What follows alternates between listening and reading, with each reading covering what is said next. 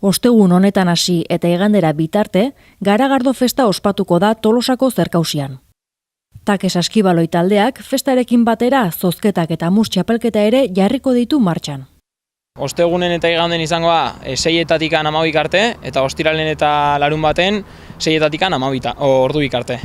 Eta Garagardo azoka, ze Garagardo izango ditugu, zenbat mota? Bueno, urten 20 garagardo ezberdin eukiko diteu, 5 arrunt, eta gero eukiko diteu 15 berezik. Eta bueno, herrialde ezberdinetako garagardoa gustatzen zaiona, denetik eukiko duen. Garagardorei laguntzeko, ze menu eskintzen duzu? Azkenen garagardoakin ohikoa gana, ez da? Kodilloa, hamburguesak, saltxitxak, dena pure patatakin adibidez kodilloa, gero patata prejituk, eta hemengo bertan janari pixka da ere, Ibarrako piperrak, eta holako gauza dauzkau. Bueno, eta komentatzeko baita ere, zozketatuko ditula redlinek, olio aldatzek, eta numeroa jasoko da erosketa bat iteakon. Eta zozketa bat ingo da numeroietan, eta tokatze zaienak eukiko dute kotxeko olio aldaketa bat debalde behien tailerren.